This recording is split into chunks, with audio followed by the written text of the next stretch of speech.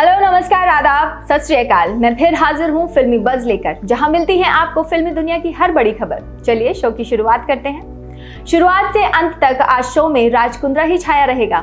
Actress Shilpa Shetty के पति राज कुंद्रा कानूनी पचड़ों में फंस गए हैं। सोमवार रात 11:10 पर राज कुंद्रा थाने गए, जहां उन्हें पूछताछ के लिए बुलाया गया था और आधे घंटे बाद यानी 11:40 पर ही हर जगह एक खबर फैल गई कि भाई साहब को पुलिस ने धर दबोचा है। मंगलवार को कोर्ट ने उन्हें 23 जुलाई तक पुलिस कस्टडी में भेज दिया है। राज कुंद्रा पर अश्लील फिल्में बनाने और उन्हें ऐप के जरिए रिलीज करने का आरोप है। इस केस में नए नए कनेक्शन सामने आ रहे हैं। शर्लिन चोपड़ा और पूनम पांडे का भी राज कुंद्रा के साथ कनेक्शन का खुलासा हो चुका है। वैसे राज कुंद्रा की लंका में आग लगाने वाली कोई और नहीं बल्कि पूनम पांडे ही थी। पूनम ने इसी साल फरवरी के महीने में राज कुंद्रा के खिलाफ हाई कोर्ट में मामला दर्ज करवाया था। अब राज कुंद्रा की मुसीबतें और बढ़ गई हैं। राज कुंद्रा को मुंबई पुलिस ने जिस ऐप हॉटशॉट के लिए गिरफ्तार किया था, उसमें अश्लीलता की वो हदें पार कभी नहीं हुई थी जो एक नए ऐप हॉटेट में हुई। मुंबई पुलिस ने यूं ही इस केस में उन्हें मुख्य आरोपी नहीं बनाया है। पुलिस के पास राज कुंद्रा के अकाउंट डिटेल्स हैं, जिसमें खुलासा हुआ है कि राज कुंद्रा के अकाउंट में हॉटेट ऐप से धड़ाधड़ पैसा आ रहा था। हर दूसरे तीसरे दिन हॉटेट से राज कुंद्रा के ICICI बैंक अकाउंट में नोटों की बारिश हो रही थी। ये वो पैसा था जो व्यूअर्स अश्लील कंटेंट देखने के लिए सब्सक्राइब करके ऐप को दिया करते थे। व्यूअर्स को ऐप में कंटेंट देखने के लिए कॉइन्स खरीदने होते थे और फिर इन कॉइन्स को रुपयों में कन्वर्ट किया जाता था। ये ऐप पहले पब्लिक डोमेन पर मौजूद थी और इसका कंटेंट टेलीग्राम ऐप पर भी स्ट्रीम कर दिया जाता था। अब हम यहाँ इस बात से पर्दा उठाने वाले हैं कि हॉटेट से राज कुंद्रा को एक दिन में कितनी कमाई होती थी। 20 दिसंबर 2020 को राज कुंद्रा के ICICI वाले अकाउंट में 3 लाख रुपए जमा हुए। 25 दिसंबर को 1 लाख रुपए, 26 दिसंबर को 10 लाख, 28 दिसंबर को 50,000, 3 जनवरी 2021 को 2,05,000 रुपए जमा हुए, 10 जनवरी को 3 लाख रुपए, 13 जनवरी को 2 लाख रुपए, 20 जनवरी को 1 लाख और 23 जनवरी को 95,000, 3 फरवरी को 2,70,000 रुपए जमा हुए। तभी तो 3 करोड़ की अंगूठी बुर्ज खलीफा में फ्लैट। हॉटशॉट नाम का जो ऐप राज कुंद्रा ने लॉन्च किया था, उसमें सबसे पहले उन्होंने वैसा कंटेंट लॉन्च किया था जिसे इरोटिक की कैटेगरी से थोड़ा सा ज्यादा माना जा सकता है। लेकिन हॉटेट में जो कंटेंट उन्होंने डाला वो अश्लीलता की सारी हदें पार कर गया।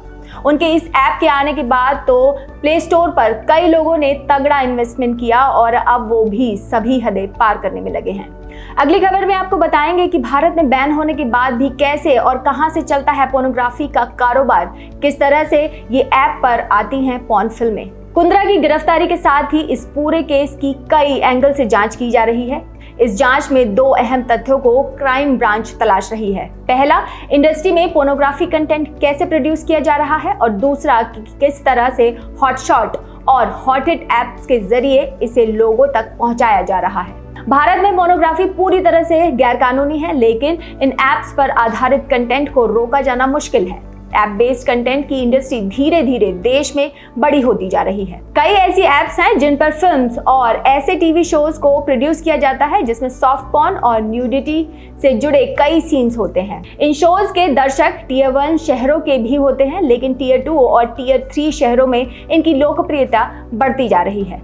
कोविड-19 महामारी के आते ही लॉकडाउन लगा और इस तरह के शोज की व्यूअरशिप में और इजाफा हो गया। मुंबई पुलिस का कहना है कि इस तरह के शो या फिल्मों को मुंबई के बाहर स्थित किराए के बंगलों पर शूट किया जाता था। ये शो या फिल्में बहुत लो क्वालिटी प्रोडक्शन इंफ्रास्ट्रक्चर के साथ शूट होती थी। जो टीमें इनके प्रोडक्शन में लगी होती थी वो बहुत ही छोटी होती थी। आमतौर पर इनके लिए 12 से 13 लोग ही शामिल होते थे। टीम में डायरेक्टर से लेकर कैमरामैन, स्क्रिप्ट राइटर और यहाँ तक कि वेब ऐप के डेवलपर्स ही होते थे। ज्यादातर एक्टर और एक्ट्रेस ऐसे होते थे जो फेमस नहीं होते। वहीं कुछ टीवी इंडस्ट्री के नामचीन चेहरे भी इसमें शामिल होते हैं। मुंबई पुलिस के मुताबिक कुछ एक्ट्रेस को झूठे लालच के जरिए पोर्नोग्राफी कंटेंट में काम करने के लिए फंसाया जाता है। ये ऐसी एक्ट्रेस हैं जिन्हें शुरुआत में वेब सीरीज में लीड रोल तक देने का प्रॉमिस किया जाता है। अब जानते हैं कि इन ऐप्स पर कैसे पब्लिश होता है ये कंटेंट। एक मूवी के शूट होने के बाद इसे मोबाइल ऐप के जरिए पब्लिश किया जाता है। ये ऐप किसी भी OTT प्लेटफॉर्म की तरह ही सब्सक्रिप्शन ऑफर देती है। ज्यादातर ऐप्स के सर्वर भारत के बाहर हैं ताकि कंटेंट को आसानी से टेलीकास्ट किया जा सके। इन्हीं सर्वर्स की वजह से राज कुंद्रा भी जांच के दायरे में आए थे। राज कुंद्रा यूके स्थित एक प्रोडक्शन हाउस जिसे कैनरिन प्रोडक्शन हाउस के तौर पर जानते हैं उनके कर्ता धर्ता हैं। ये प्रोडक्शन हाउस इसी तरह की फिल्में और शो हॉटशॉट नाम की एक ऐप पर पब्लिश करता है। भारत में कुछ और ऐप्स भी हैं जो सॉफ्ट पॉर्न और एरोटिक कंटेंट को पब्लिश करती है। उल्लू, कूजू, फ्लिक मूवीज और गुपचुप के अलावा एकता कपूर की अल्ट बालाजी पर भी इसी तरह का कंटेंट दिखाने का आरोप है। गंदी बात एकता। बात करते हैं इसी मामले के एक और पहलू पर। आप ये सोच रहे होंगे कि 4 फरवरी को इस मामले में पहली शिकायत हो जाने के बाद आखिर पुलिस ने राज कुंद्रा और उनके साथियों को गिरफ्तार करने में इतना वक्त क्यों लगा दिया। राज कुंद्रा इस साल फरवरी में ही अपने ऐप को लेकर सुर्खियों में आए थे और मलाड में पुलिस की रेड पड़ने के बावजूद भी उन्होंने बॉलीफेम नाम का एक नया OTT लॉन्च कर दिया था। इस OTT पर कंटेंट की रेटिंग सेक्सुअल थीम बताई गई थी। इस प्लेटफॉर्म के लिए सिंगर पलक मुच्छल के भाई पलाश मुच्छल ने भी एक वेब सीरीज में काम किया था जिसमें एक ऑटो में लगे हिडन कैमरे के जरिए सवारियों की हरकतें शूट की जा रही थी। ये वेब सीरीज भी मुंबई प्रशासन के लिए खुली चुनौती की तरह थी जिसके खिलाफ शिकायत भी हुई थी। दरअसल सुशांत सिंह राजपूत की मृत्यु के बाद बॉलीवुड ड्रग रैकेट का भी पर्दाफाश हुआ था। खबरों के मुताबिक मुंबई के मुख्यमंत्री उद्धव ठाकरे ने मुंबई पुलिस कमिश्नर के पद पर तैनाती के वक्त ही IPS हेमंत नागराले को क्लियर कर दिया था कि अब फिल्म इंडस्ट्री की सफाई का टाइम आ गया है।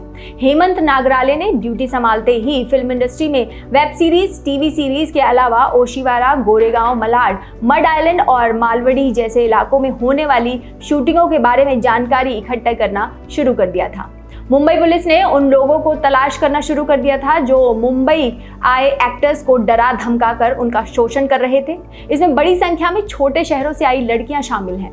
मराठी फिल्मों के डायरेक्टर राजू साप्ते की आत्महत्या का मामला ऐसा ही है जिसमें बॉलीवुड माफिया ने उन्हें शूटिंग ही नहीं करने दी थी। राज कुंद्रा भी इस गैंग का ही हिस्सा माने जाते रहे हैं।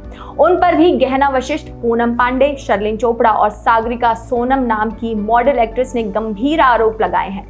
आरोप है कि ये लोग इन कलाकारों से काम देने के नाम पर सादे कागजों पर साइन करवा लेते हैं और बाद में अपने मन से काम के नियम और शर्तें बना लेते हैं। तो क्या ठाकरे के ऑपरेशन क्लीन का नतीजा है राज कुंद्रा की गिरफ्तारी? इस बारे में आप अपनी क्या राय रखते हैं, हमें कमेंट जरूर कीजिएगा। बढ़ते हैं अपनी अगली खबर की तरफ। ऐसा माना जा रहा है कि जल्दी ही राज कुंद्रा का पूरा बिजनेस मॉडल सामने आने वाला है जिससे ये साफ हो जाएगा कि कैसे वो अपने सीक्रेट बिजनेस को छुपाने के लिए रिश्वत का इस्तेमाल कर रहे थे। पुलिस सूत्रों के मुताबिक ऐसे सबूत भी मिल रहे हैं कि राज अपने बिजनेस को छुपाए रखने के लिए पैसा खर्च कर रहे थे। इस बात की छानबीन चल रही है कि ये खर्च आखिर किस तरह का था। क्या ये पैसा रिश्वत के रूप में दिया गया था या फिर ये लोग भी इस बिजनेस में हिस्सेदार थे? वैसे राज कुंद्रा के साथ रायन थापर को भी पुलिस ने कस्टडी में लिया है और वो भी कई अहम बातों पर से पर्दा उठा सकते हैं। शर्लिन चोपड़ा का राज कुंद्रा की फर्म आइम्स प्राइम मीडिया के साथ एक कॉन्ट्रैक्ट चल रहा था। ये कॉन्ट्रैक्ट भारत के बाहर की कंपनियों की कुछ ऐप्स के लिए अश्लील कंटेंट उपलब्ध कराने का था। उनके पूर्व वकील चरणजीत चंद्रपाल के अनुसार शर्लिन सेमी पोर्नोग्राफी के साथ अपना ऐप चलाती थी। ये पार्ट टाइम काम बहुत अच्छा नहीं चल रहा था और कुछ समय बाद शर्लिन को कुंद्रा ने स्पॉट किया। राज कुंद्रा ने चोपड़ा से कहा कि उन्हें प्रॉफिट का 50% मिलेगा। इस एग्रीमेंट पर राज ने खुद साइन किए थे। जून 2019 और जुलाई 2020 के बीच उन्होंने अच्छी कमाई की। शर्लिन को हालांकि एहसास हो रहा था कि उन्हें एग्रीमेंट के अनुसार पैसे नहीं मिल रहे थे और इसीलिए 1 साल बाद उन्होंने समझौते को खत्म करने के लिए कहा। शर्लिन ने फिर से अपना खुद का ऐप बनाया और कुछ महीनों तक इसने अच्छा परफॉर्म किया, लेकिन अगस्त 2020 में उनका कंटेंट पायरेटेड हो गया था और उन्होंने खुद एक शिकायत दर्ज कराई थी।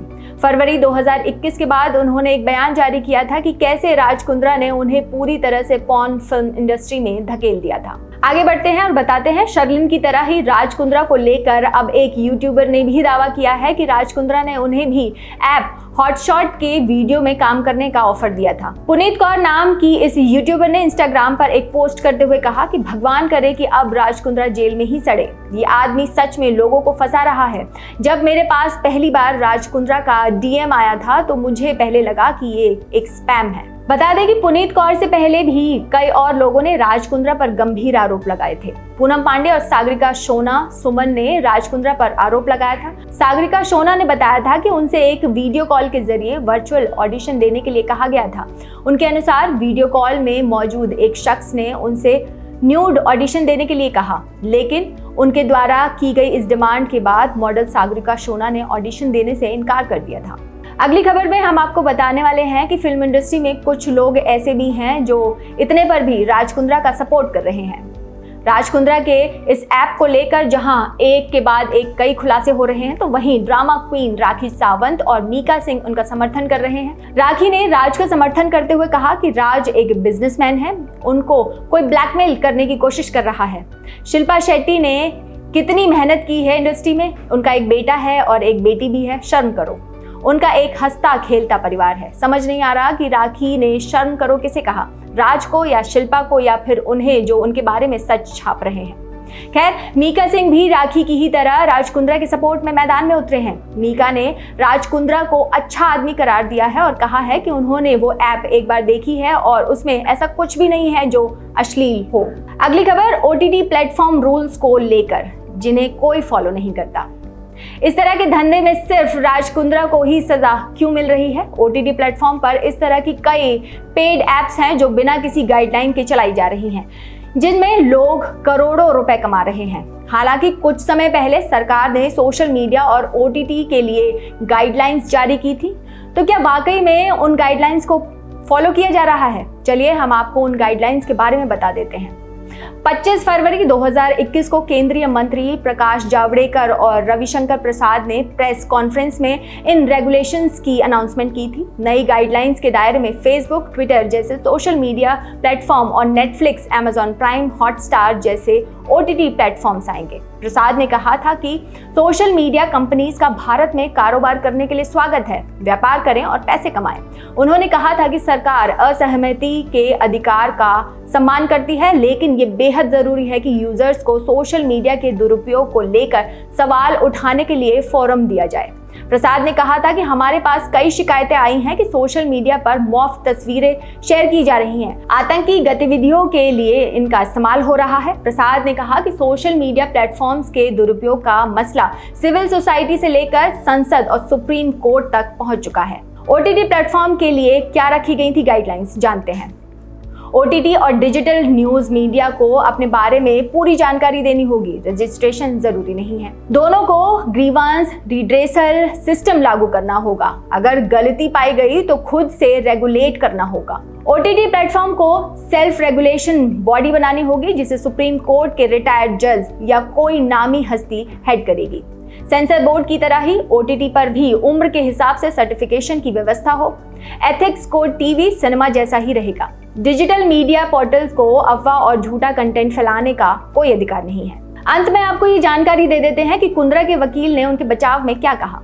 वकील ने बताया कि राज कुंद्रा ने कोर्ट में पेश होने के बाद सफाई दी है कि वो कई दिनों पहले हॉटशॉट ऐप को आरोपी प्रदीप बख्शी को बेच चुके हैं। उन्होंने कहा कि मैंने इस कंपनी को $25,000 में बेचा था और अब इस कंपनी से मेरा कोई लेना देना नहीं है।